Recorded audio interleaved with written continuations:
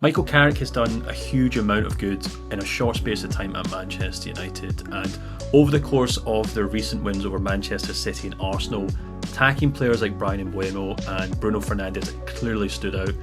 But what really intrigued me about both games was the manner in which Kobbie Mainoo was at the very centre of it all. Now, as all Man United fans know, Mainoo was more or less ostracised from the Man United first team under Ruben Amorim, and it's not hard to see why. The Portuguese head coach had a very stringent 3-4-3 system, and in that tactic, he really relied on a midfield duo that needed experts who were fantastic in defence or fantastic in attack. That's why we saw Casemiro and Fernandes alongside each other, or Fernandes and Ugarte, or Ugarte and Mason Mount. There was no room for ambiguity of players that could do a bit of both in the centre of the pitch.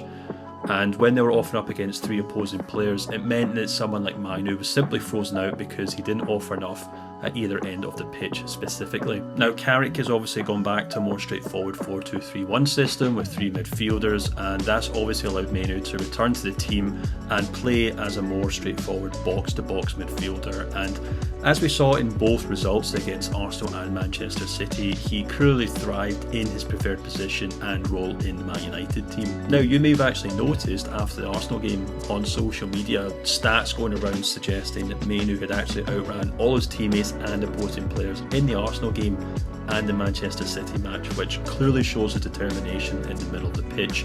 But when we couple that alongside some other stats, such as Mainoo was third among all Man United players for total passes in both games, second only for Bruno Fernandes for total touches across the pitch against both Arsenal and Man City, it clearly shows that he was one of Man United's best players in both of these impressive victories. And what I find so impressive about Mainoo is the manner in which he facilitates the players around him, and we saw that in both of these matches perfectly well. Now, of course, Mainoo is by no means a world-class defensive midfielder.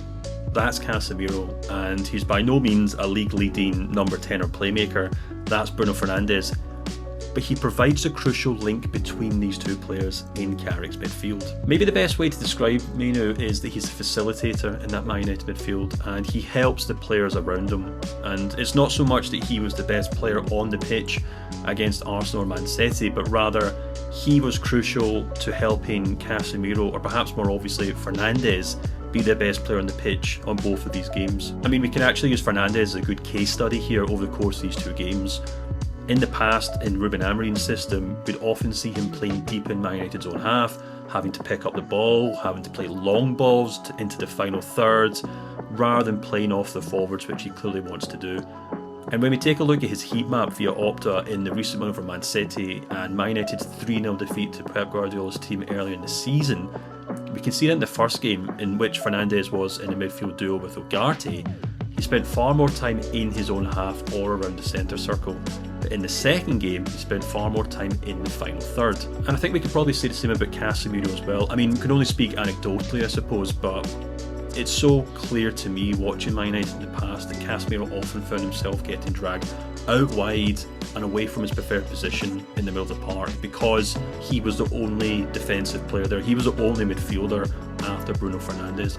But when they have Mainoo back in that midfield, it means that he can cover that ground quite effectively, as we saw with the running stats and the touch stats. And that'll leave the Brazilian midfielder to stay in front of that defence and guard it perfectly well. That's probably something that Ruben Amorim never truly understood or appreciated about Mainoo's role in Man United's team. But it's clearly something that Carrick has been aware of for quite some time, and now that he's in a position to enact it, has made it one of his key features since becoming the Man United interim head coach. I mean, we're not exactly speaking about anything new here. Football has always had these unsung heroes or minor characters in midfield who have to do the heavy lifting for the more obvious players or the more obvious stars in that team.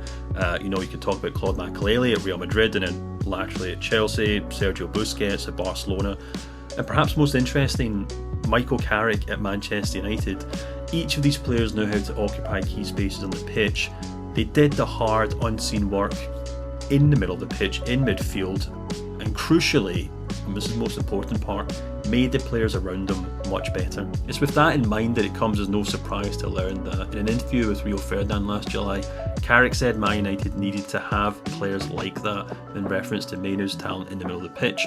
and more or less said that the Old Trafford club had to build a team around the young midfielder. Now, that's not Carrick saying that he thinks Mainoo is some one-man solution to Man United's problems in defence or in attack. He's simply saying that they need a man in the middle of the park, someone that can be relied upon to help the players around him in midfield. And I actually find that really refreshing about Carrick. The sport has become so overanalyzed and micromanaged that the concept of a jack of all trades or a water carrier is something that's now often sneered at.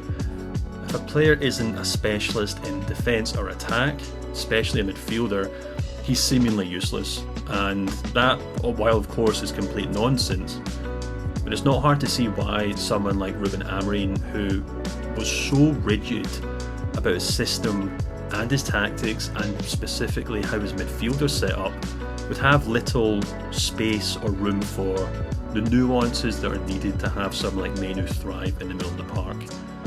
And why someone like Carrick, who obviously played that role in the past, had to come along to give Mainoo the space and time to flourish, and to once again show why he's such a fantastic prospect for the Old Trafford club.